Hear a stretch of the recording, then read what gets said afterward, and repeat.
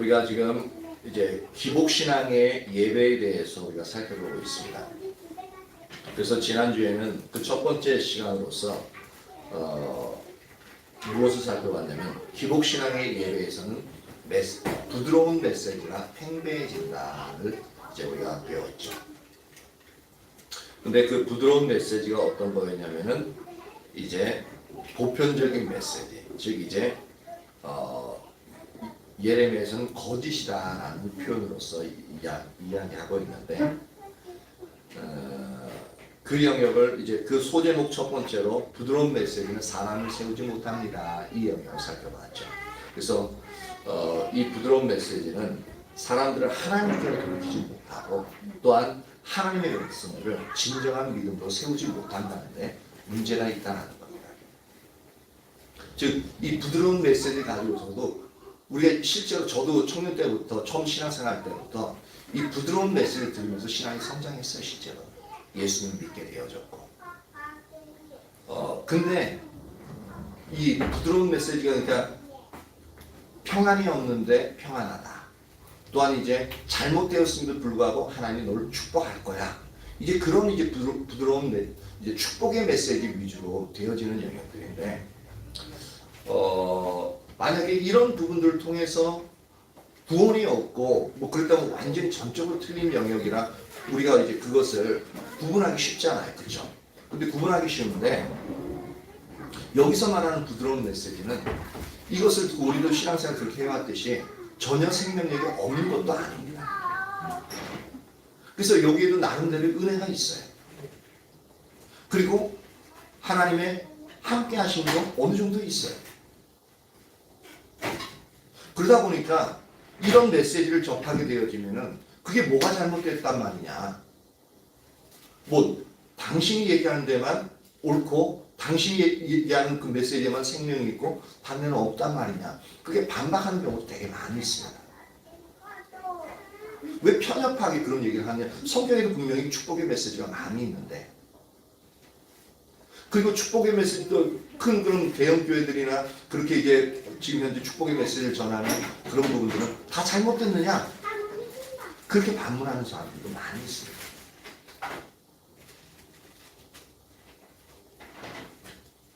근데 이제 이 부드러운 메시지의 성격을 우리가 치명적인 이제 잘못된 부분이 뭐냐면 진짜 조금 전에 얘기했던 것처럼 사람들을 하나님께로 돌이키지 못하는 그러니까 내 마음대로 내가 원하는 방향으로 가는 거예요.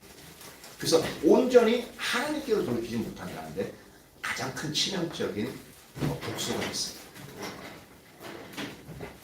우리는 하나님을 떠나면은 살 수 없는 존재들로 지어졌거든요. 근데 지금 너무나도 하나님 없이 잘 살고 있는데 근데 이 부드러운 메시지가 메시지면 하나님의 메시지를 듣고 하나님께 돌이켜야 되는데 이 부드러운 메시지는 절대적으로 하나님께 돌이키지 못하게 합니다. 내가 가는 그 길을 하나님께 축복해 주시는 그런 방향으로 메시지가 선포되어지기 때문에 절대로 하나님께 돌이키지 못합니다. 그러니까 예수님 믿으면서도 진짜 하나님의 놀라운 은혜와 생명, 하나님의 놀라운 것들을 그의 신앙생활하는 그 삶 내내 죽을 때까지 경험하지 못합니다. 그래서 자기가 원하는 방향으로 갈 때는 계속적으로 범죄하는 분들이죠. 그러면서도 구원이 유지될 수는 있지만 어떤 경우 심하면은 많이 벗어나게 되어지면 우리의 구원까지도 상당히 위험할 수 있어요. 성경에 그런 부분들이 많이 나타나죠. 마태복음 7장에서는 선지자들이 주여 주여 그런 자마다 내가 다 구원받을 게 아니라 주의 뜻대로 행하는 자 구원받을 거라고 얘기합니다. 그리고 두 번째로 부드러운 메시지는 하나님의 백성들을 진정한 믿음으로 세우지 못한다. 진짜 믿음은 뭡니까? 믿음이란 그 자체가 다른 거 아니에요. 오직 우리의 신앙의 대상이 되신 하나님을 믿는 게 진정한 믿음. 나도 하나님 믿는데 예 믿죠. 근데 반반 섞여서 믿어요. 내가 원하는 삶을 살아가면서 거기에 도움이 될 때만 필요할 때만 그 하나님을 의지하는 거. 혼합되어져 있는 거죠. 그건 진정한 믿음이 아니에요. 나 자신을 믿는 거고 또한 내가 원하는 성취하기를 원하는 그것을 믿는 겁니다. 그리고 내가 좀 부족할 때는 그 곁다리로 나보다 능력이 많은 걸 아니까 하나님께 기도해서 그 능력을 내가 가져다 쓰는 거예요. 일반적으로 그런 식으로 신앙생활을 합니다. 그러니까 그건 진정한 믿음이 아니에요. 그 진정한 믿음이 아니라는 것을 언제 알 수 있냐면 내가 어려움을 당할 때. 어려움을 당할 때 진정한 믿음이 아닌 사람들은 완전히 그 여태까지 쌓아왔던 신앙의 모습들, 패턴을 완전히 다 무너집니다. 진정한 믿음이 있는 사람은 항상 주님만을 바라왔기 때문에 어려울 때나 기쁠 때나 특히 어려울 때 그걸 빛을 발해요. 어려울 때 다른 사람은 포기하고 다른 일들을 자기 방식대로 사는 걸 살아가는데 진정한 믿음을 가지고 있는 사람들이 뭐냐면 하나님만 바라보기 때문에 그 사람한테서 가장 어려운 시기인데도 놀라운 하나님의 능력이 그 사람의 행한 거에 아닌 게 분명히 알 수 있을 정도로 하나님의 놀라운 일들이 그 사람한테서 일어납니다. 견딜 수 없는 상황을 견디게 되어지고요. 모든 부분에서 물질이 부족하고 자기는 할 수 없는 능력이 근데 하나님의 손길로 그렇게 순간순간 가장 적절하게 그 물질들이 공급되어지는 놀라운 일들이 일어나요. 그건 진정한 믿음을 가진 사람에게만 그 일이 일어납니다. 그래서 부드러운 메시지는 그렇게 진정한 믿음으로 세우지 못하고요. 이제 그 소제목 두 번째로 부드러운 메시지는 사람의 영혼을 삼키는 일을 한다. 이 영혼을 삼킵니다. 사람의 영혼을 삼킵니다. 에스겔서 22장 25절에서 31절입니다. 에스겔서 22장 25절에서 31절.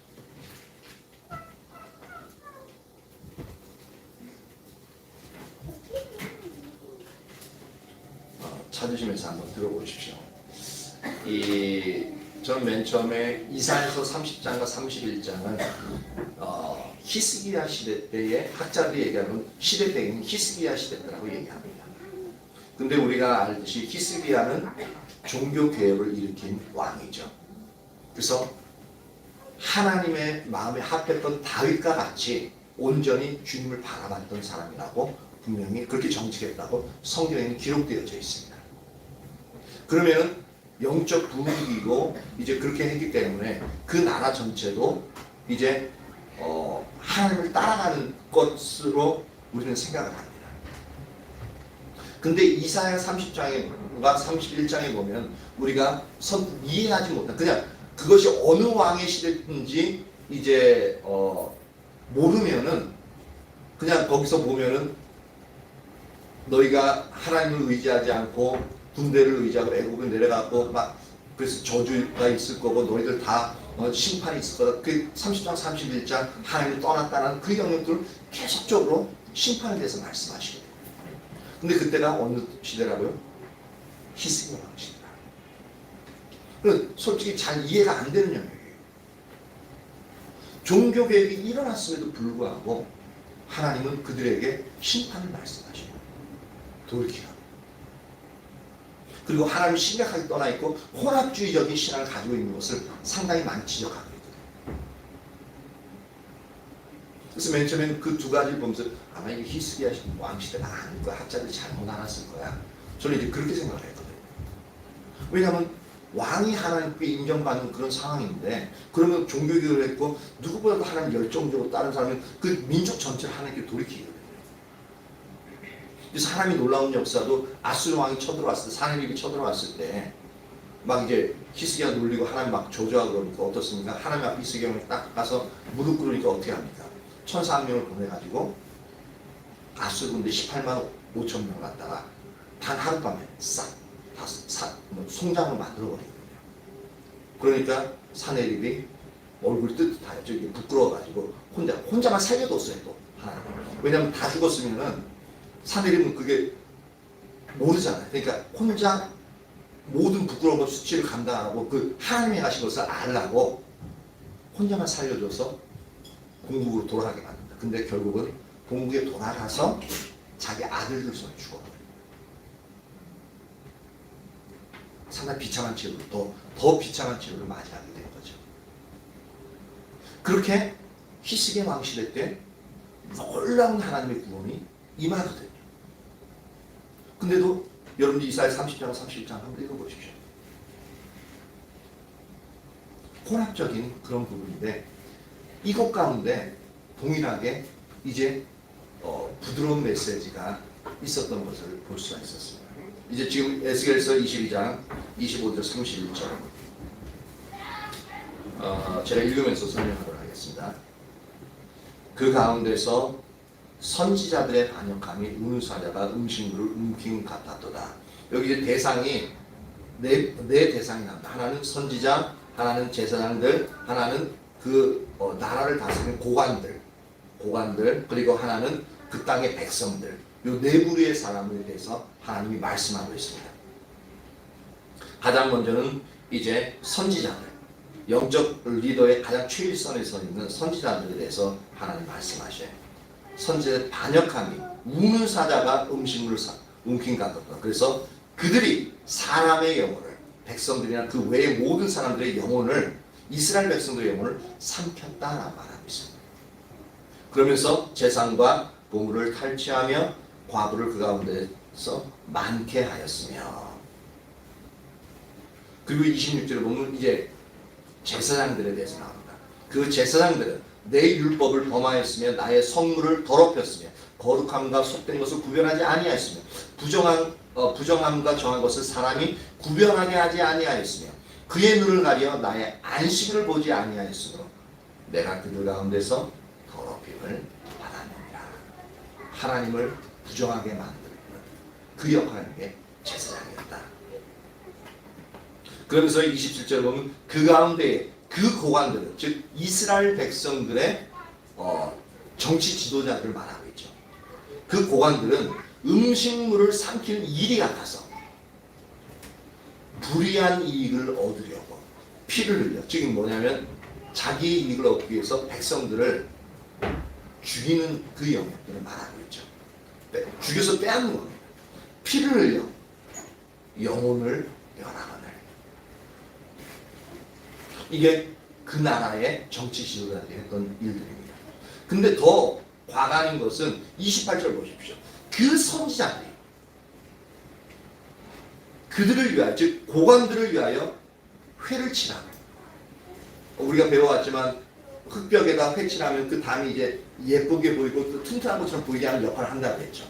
그게 이제 괜찮아, 괜찮을 거야, 이제 그런 식으로 얘기하는 거니까. 근데 고관들이 일처럼, 음식물 삼기 일처럼 불의한 이익을 위해서 백성들을 죽이고 핍박해서 이득을 얻는 그 부분을 갖다가 고용해서 회를 치겠대요. 그럼 뭐냐면 그들을 위해서 좋은 말들을 해주는 겁니다. 축복의 말들을 해주는 거예요. 바로 그 영역을 선지자들이 했다.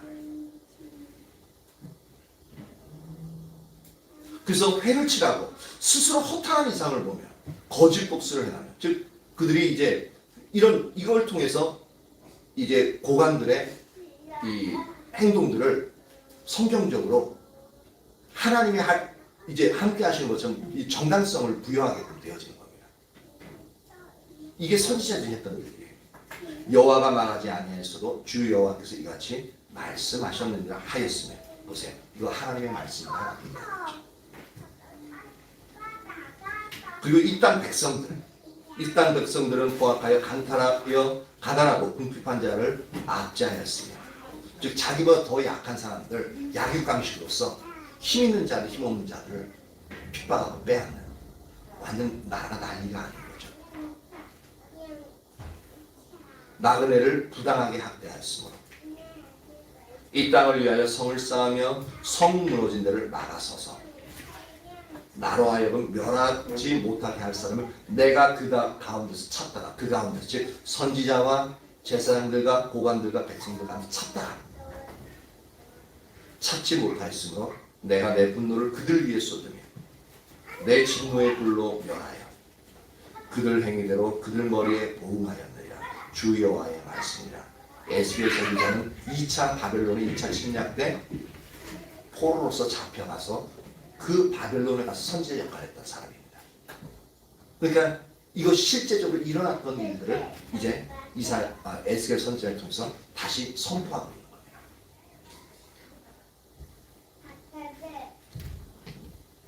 그래서 이 구절이 다루고 있는 내용 자체가 우리가 이전에 살펴봤던 에스겔서 13장에서 다루고 있는 지난주에 살펴봤던 영역과 같은 내용을 다루고 있거든요.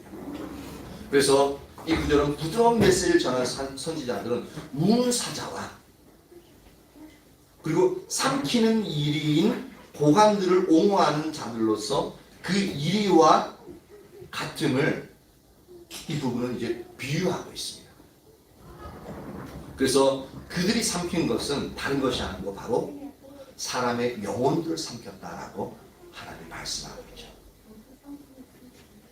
이게 상당히 두려운 일입니다. 단지 선지자들은 가서 이제 실제로 죽이고 그런 사람들은 아니었는데도 불구하고 가장 최일선에 나서서 어떠한 언어를 사용했어요? 하나님께서 말씀하셨다라고 얘기하면서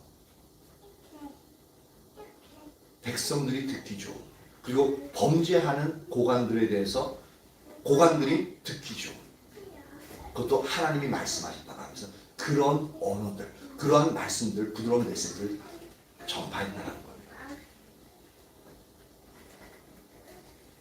근데 이게 사람의 영혼을 삼키는 일들이라고요. 만약에 이 영역들이 철저하게 잘못됐다는 것을 선지자들이 알았다면 아마 그러지는 않았을 거예요.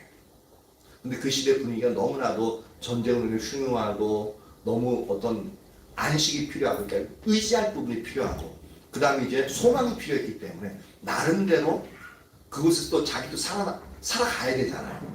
전쟁으로 인해서 상당히 이제 살아가기도 힘든 상황입니다. 언제 죽을지도 모르는. 그러니까 여러 가지 환경이 맞물려져 있어요.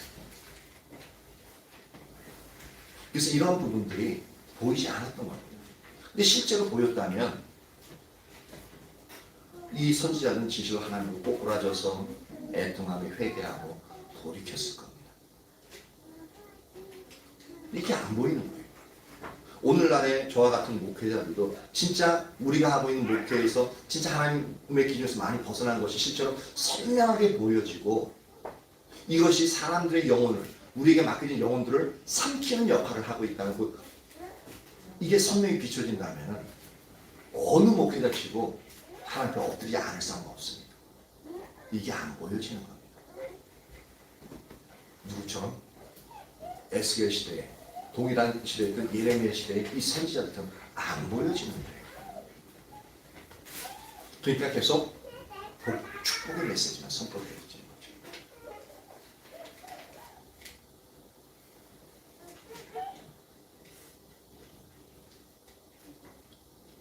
그러니까 이 구절에서도 부드러운 메시지를 전하는 자들은 예레미야 6장에서 나왔던 것처럼 탐심이 가득해가지고 사람의 환심 그러니까 사람들이 그것을 얻기를 원하니까 그런 메시지를 듣기를 원하니까 환심을 살기 위해서 자기의 목적을 이루고 나도 살아야 되니까 나도 살고 이제 그러게 되니까 자신의 목적을 이루기 위해서 그렇게 하는 것을 이제 우리가 볼 수가 있는 겁니다. 그래서 오늘 본문은 그들이 삼키는 이리와 같은 고관들을 옹호함으로 말미암아 자신들도 이리와 같이 불이한 이익들을 함께 취하기 위해서 그렇게 했다라고 이 성경은 말씀하고 있습니다.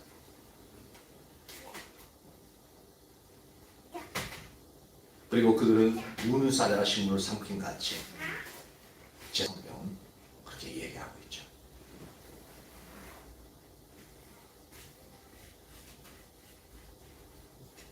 그러면서 아까 읽었던 것처럼 선지자들은 고관들의 환심을 사기 위해서 자기의 배를 불리기 위해서 고관들이 원하는 축복의 메시지를 전해주기에 바빴죠. 국회에 가가지고 조찬기도회 하고만 그런 게 아직까지 우리나라는 그래도 좀 남아있거든요.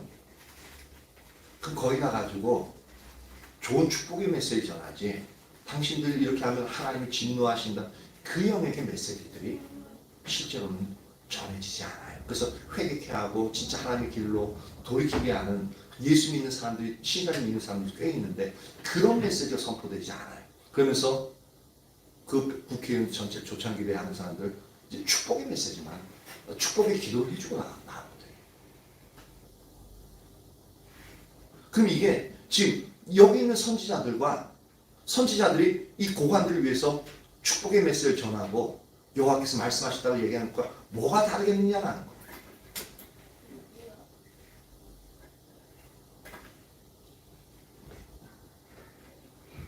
이렇게 되어지니까, 이렇게 선지자들이, 영적 리더가 이렇게 하니까 이 고관들뿐만 아니라 하나님의 백성들은 하나님의 심판에서 견디지 못하는 거예요. 그러니까 쳐들어와가지고 지금 2차 침략까지 일어났는데 3차 침략은 완전히 멸망하게 되어져요. 만약에 히스기야 왕 시대 선지자들 돌이켜서 진짜 영적으로 앞서서 완전히 황폐하지만 그래도 돌이키려고 막 그렇게 애쓰는 상태였다면 히스기야 한 사람 때문에 사데립의 군대 18만 5천 명이 다 죽고 돌아갔잖아요. 하나님의 심판이 있었지만 견딜 수 있었잖아요. 만약에 선지자들이 돌이켰다면 하나님의 심판을 그들도 견딜 수 있었고 멸망하지 않았을 겁니다. 그 시대에. 근데 견뎌내지 못하는 거죠. 그래서 하나님의 관점에 볼 때 선지자들의 그러한 행위는 고관들과 하나님의 백성의 영혼을 삼키는 행위였다라는 겁니다. 그 선지자는 굶주린 사자가 심부름 웃긴 같이 사람들의 영혼을 삼켰습니다. 근데 그들은 그걸 몰랐죠. 백성들이 그것을 잘 듣고 할렐루야 아멘하고 그리고 복 받았습니다라고 얘기하니까 그게 전부인 줄 아는 거죠.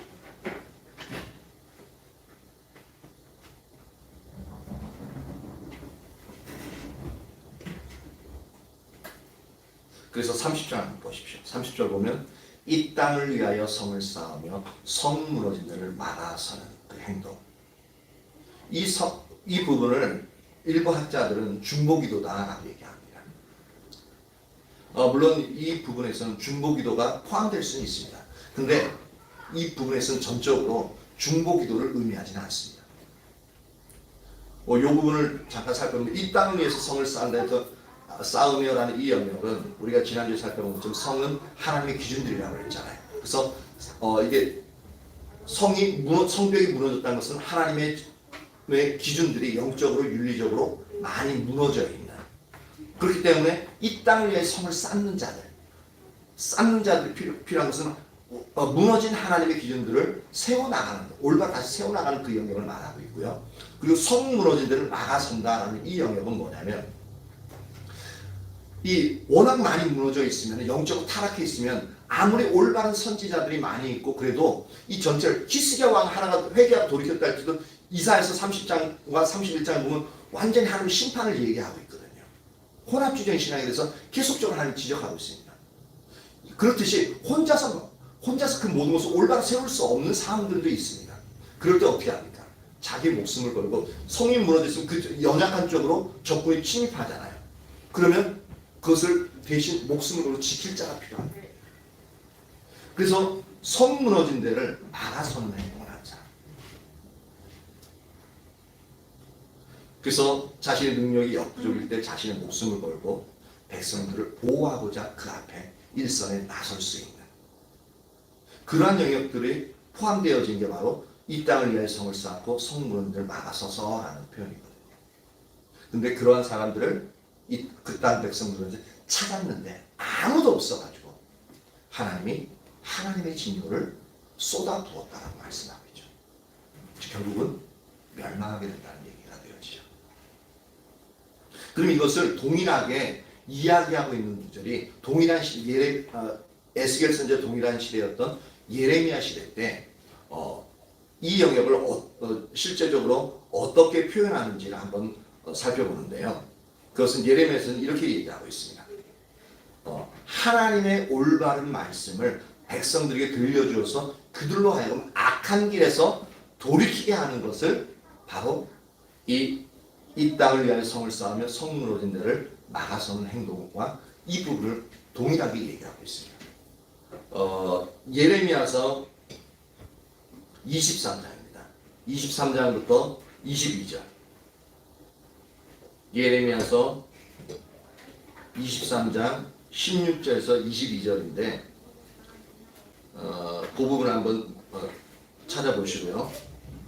이게 분명히 에스겔과 예레미야는 동시대 인물이라고 했잖아요. 그러니까 여기서 말하는 선지자는 지금 에스겔에서 얘기하는 선지자와 예레미야에서 얘기하는 선지자는 동일한 사람입니다. 16절에 보면 만군의 여호와께서 이와 같이 말씀하시되 너희에게 예언하는 선지자들의 말을 듣지 말라. 그들은 너희에게 헛된 것을 가르치나니. 헛된 것을 가르친다. 그게 무엇인지 다음 절에 나옵니다. 그들이 말한 묵시는 자기 마음으로 말미암은 것이죠. 그러니까 자기 마음으로 말미암아 이렇게 백성들에게 축복의 메시지, 부드러운 메시지를 던지는데 그게 헛된 거라고 얘기하는 거죠. 그러면서도 하는 말이 하나님 말씀하신 게 왜 자기 마음으로 말미암은 것이요 라고 말하고 있냐면 여호와의 입에서 나온 것이 아니기 때문이다 라고 말하고 있습니다. 그래서 17절에 이 선지자들이 어떤 말들을 하냐면은 17절 맨 초두에 뭐라고 쓰냐면 항상이라는 단어가 선지자들이 항상 이런 일들을 하는데 어떤 거냐면 두 가지를 얘기한다. 그들이 나를 멸시하는 자의 길을 너희가 평안하리라 여호와의 말씀이니라 라고 얘기했대요. 그것도 항상. 그러면 여기서 하나님을 멸시하면은 선지자들 그걸 보면은 이게 너희가 평안하리라는 말을 해서는 그 말이 나올 수가 없잖아요. 그죠? 근데 그것이 여호와의 말씀이라고 하면서 그 여호와를 멸시하는 백성들에게 그래도 너희는 하나님의 자녀이기 때문에 하나님 너희들 축복하실 거야. 이스라엘은 망하지 않아. 그것이 하나님의 약속이 있지 않냐? 라고 하면서 이게 여호와의 말씀이야. 라고 성경 근거까지 돼가면서 그렇게 부드러운 메시지, 축복의 메시지, 평안의 메시지를 던진다는 거예요. 그럼 여기서 우리가 생각해 볼 것은 하나님을 멸시하는 게 뭐냐라는 거죠. 그러면 이제 우리는 그냥 멸시한다니까 그냥 아우 이스라엘 사람들 어떻게 하나님 멸시할 수 그냥 대충 그런 개념으로 그냥 넘어가거든요. 근데 여기서 멸시한다는 것은 하나님의 인격체예요. 그렇죠? 하나님의 인격체인데 하나님 직접 나서서 말씀하시는 게 아니라 선지자를 통해서 또 율법을 통해서 이스라엘 백성들에게 경고하고 있거든요. 무너진 기준에 대해서 그거 아니야 돌이켜 라고 경고하고 있거든요. 근데 그 인격체가 그러니까 제가 만약에 제 아들에게 얘기했는데 너 이거 중요하니까 이거 반드시 해야 돼. 근데 아이가 제가 말한 것에 대해서 듣지 않아요. 그렇게 가정을 하는 겁니다, 영광아. 그렇게 잡아먹을 때 보지 말고 그랬다는 게 아니라 그렇게 가정을 하는 거예요. 그러면 어떻습니까? 저희 아이가 제가 말을 했는데 아버지의 본을 가지고 얘기했는데 진짜 중요한 걸 얘기했는데 아이가 듣기 싫다는 이유 하나만으로 저를 어떻게 해요? 무시하는 거죠. 그쵸? 여기서 바로 한 그런 부분이에요.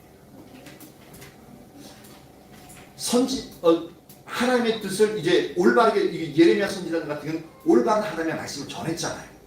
그리고 성경 그 자체도 지금 하나님 기준들이 하나님 뜻들이 나타나 있잖아요. 이와 마찬가지로 하나님의 뜻을 알고도 그 말씀에 순종하려고 하지 않는 것을 말하고 있습니다. 우리도 잘 생각해 보시오. 하나님 뜻인 줄 알아요. 내가 고쳐야 되는 거 아니고 내가 순종해야 되는 거 알아요.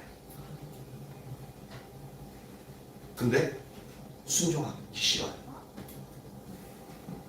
그래서 순종 안 해요. 그게 바로 인격체이신 하나님을 멸시하는 거예요. 바로 그 영역의 말이에요. 그러면 여기 예레미야 시대 때 이스라엘 백성이나 우리나 다를 바가 없죠.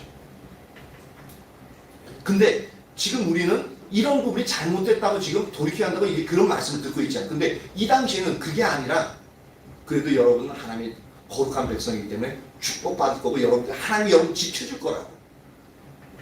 바벨론 군대로부터 여러분 지켜줄 거라고.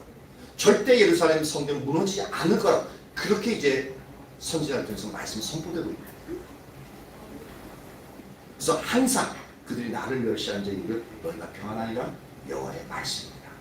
그건 안심이 돼요. 백성들 입장에서. 거짓말인데도 안심이 돼요. 그리고 또 자기 마음이 완악한 대로 행하는 모든 사람에게 이르기를 재앙이 너에게 임하지 아니하리라 하였느니라. 이것도 앞에 있는 17절의 맨 첫 번째 부사 항상 이렇게 했다. 그러면 자기 마음이 완악한 대로 행했다라는 이 부분이 어떠한 의미겠느냐라는 겁니다. 우리는 흔히 그냥 마음이 강팍해가지고 저기 감옥에 들어가 있는 사람들, 그런 사람들만 생각하기 쉬운데 잘 한번 들어보십시오. 자기 마음이 완악한 대로 행한다는 것은 뭐냐면 자기 생각대로 자기 뜻대로 하나님이 말씀하셔도 내 고집을 가지고 내가 원하는 것을 추구하는 삶을 말하는 겁니다. 즉 다른 말로 하면 자기 중심적인 삶을 지속적으로 살아가는 것을 말하고 있습니다. 이게 이스라엘 백성이에요. 그럼 우리는 어떻습니까? 우리의 마음속에 이렇게 해서는 안 되는데 라는 마음을 가지고 있는 거 알죠. 그래서 이거 하는 말씀 아닌데 이거 내가 안 해야 되는 거 알아. 근데 어떻습니까? 나 고집이 있어가지고 안 해야 되는 줄 아는데 그렇게 하게 돼요. 이게 저의 고백이고 또한 여러분들 고백이 되어지. 알아요 우리도. 근데 내가 생각하는 대로 제가 이전에 삶을 살아왔던 그 모습 그대로 살아가는 이 표현이 바로 자기 마음이 완악한 대로 행하는 모든 자, 이 부분에 포함되었죠. 그러니까 이스라엘 백성만 심각한 게 아니라 우리도 오늘 엄청 심각한 겁니다. 하나님을 멸시하지 않나, 우리 마음에 완악한 대로 행하고 있지 않나. 그럼 재앙이 임하잖아요. 하나님을 떠나서 내 자기중심적인 삶이 죄의 근본인데 이러면 재앙이 분명히 심판이 임하게끔 되어져 있잖아요. 근데 영적인 리더인 선지자들은 재앙이 너에게 임하지 않을 거야. 하나님이 바벨론 군대로부터 너를 지켜줄 거야. 절대로. 그리고 이렇게 포로 잡혀갔던 사람들 금방 돌아올 거야. 그렇게 계속적으로 선지자들은 말씀을 선포했습니다. 그러면서 여호와의 말씀이라 얘기했습니다. 오늘날 우리가 하나님을 떠나 있는 영적인 그런 상태인데도 여러분들은 하나님이 축복하십니다. 여러분들 위해서 예수님이 십자가에 달려 죽으시고 그렇기 때문에 그 하나님의 사랑이 여러분을 버리지 않을 겁니다. 여러분, 하나님께서 여러분들을 하나님 축복의 가리로 계속적으로 인도해 가실 겁니다. 그러한 메시지들만 난무하게 되어진다는 거죠.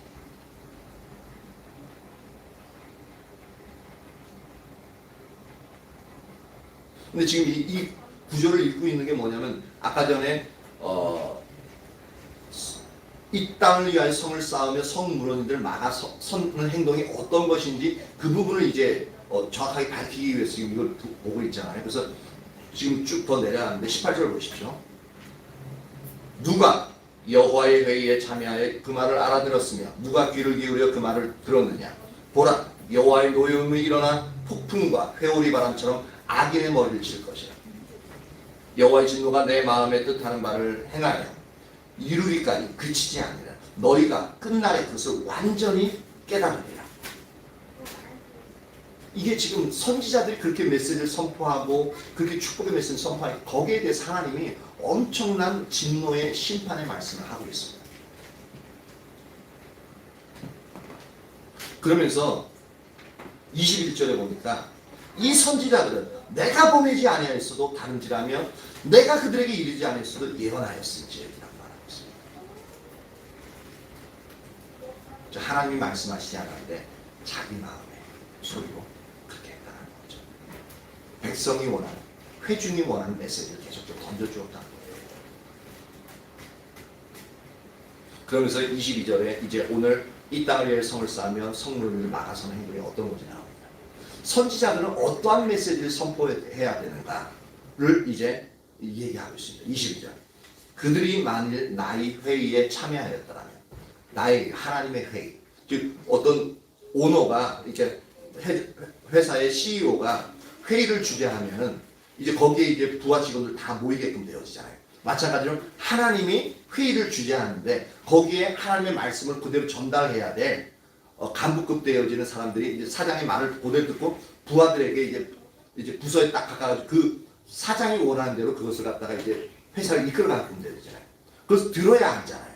마찬가지로 하나님 뜻이 있어. 그래서 하나님의 회의에 선지자들이 와가지고 그것을 듣고 하나님 말씀을 한 뜻대로 이제 전해야 되는 그 영역을 얘기하는 겁니다. 그래서 나의 회의에 선지자들이 참여하였더라면 내 백성에게 내 말을 들려서 그들을 악한 길과 악한 행위에서 돌이키게 하였습니다.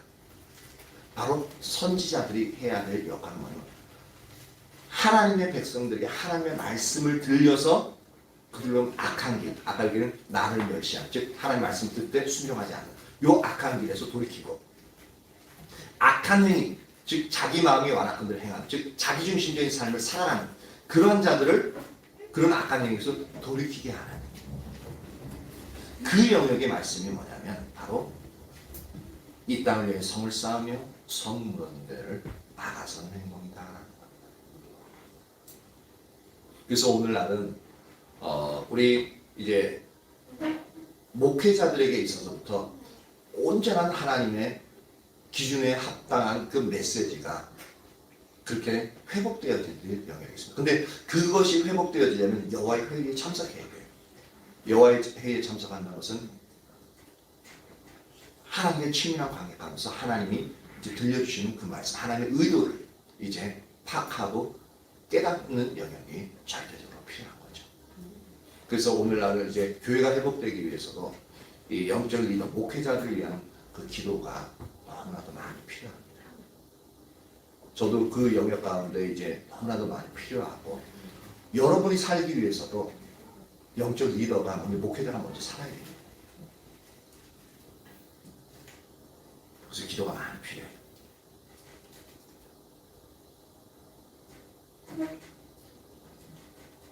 오늘 원래 더 뒤쪽까지 해야 되는데 더 하면 이제 시간이 더 많이 해서 기도할 시간 없을 것 같아서 오늘 여기까지만 할게요. 여기까지만 하고요. 어쨌든 이 오늘 살펴봤던 가장 중요한 부분은 이 기복신앙의 예배 가운데는 부드러운 메시지가 팽배하게끔 되어지는데, 오늘 살펴볼 것은 그 부드러운 메시지는 사람의 영혼을 삼키게 한다는 겁니다. 절대로 하나님께로 돌이키게 하지 못하고 진정한 진실한 믿음을 가지지 못하게 하는, 그러니까 그들이 올바르지 않은 것만 들으니까, 그들의 욕심이 원하는 대로만 메시지가 들어오니까 하나님 복음에 서지 못하고 결국 멸망하는 자리에 가잖아요. 그러니까 그 부드러운 메시지가 자기들은 잘 되려고 너무 편해서 좋아서 잘 들었는데, 그것을 원했는데 결과적으로 그 영혼을 삼키게끔 되어지는 일들이 일어난다는 겁니다. 그래서 여러분들이 주일날 와서 성경 말씀 들을 때 이 말씀들이 걸릴 수도 있고, 이 말씀들 때문에 계속적으로 강조되다 보면 이 말씀에 걸려서 시험 들 수도 있어요. 한 번 얘기하면 알아듣겠는데 뭘 그걸 두 번, 세 번 얘기하냐. 혹시 나보고서 나 들으라고 하는 소리 아니냐. 이거는 여러분 어떤 한 번만 들으라고 하는 소리가 아니라 저부터, 그리고 여러분 모든 분들에게 들으라고 하는 소리죠. 그래서 이 부분이 껄끄러울 수 있고 싫을 수 있는데, 근데 이것을 알아야만 아까 예레미야서 이제 23장 22절에 얘기했던 것처럼 하나님의 백성들을 악한 길과 악한 일에서 돌이키게 하는 그 일들이 일어나요. 그러기 위해서 우리가 무엇이 잘못되는지 우리의 현실을 분명히 듣고 그것을 받아들이는 게 중요해요. 그래서 말씀을 들을 때 순종하는 자세, 반발하려고 하는, 내 생각이 다르기 때문에 반발하려고 하는 자세가 아니라 하나님, 내가 무엇이 잘못됐습니까? 내가 어떻게 나갈까요? 그 영역을 가지고 듣고자 하는 자세, 순종하고자 하는 자세가 필요합니다. 이사야 시대 때는 이게 없어가지고 멸망하게 되어지죠. 저와 여러분의 모두가 이 하나님의 말씀을 듣고 우리가 이제 우리에게 주어지는, 들려지는 그 음성 그대로 하나님 말씀을 순종하며 그렇게 하나님 중심적으로 하나님 인도하시는 삶을 살아갈 수 있기를 예수님의 이름으로 축복합니다.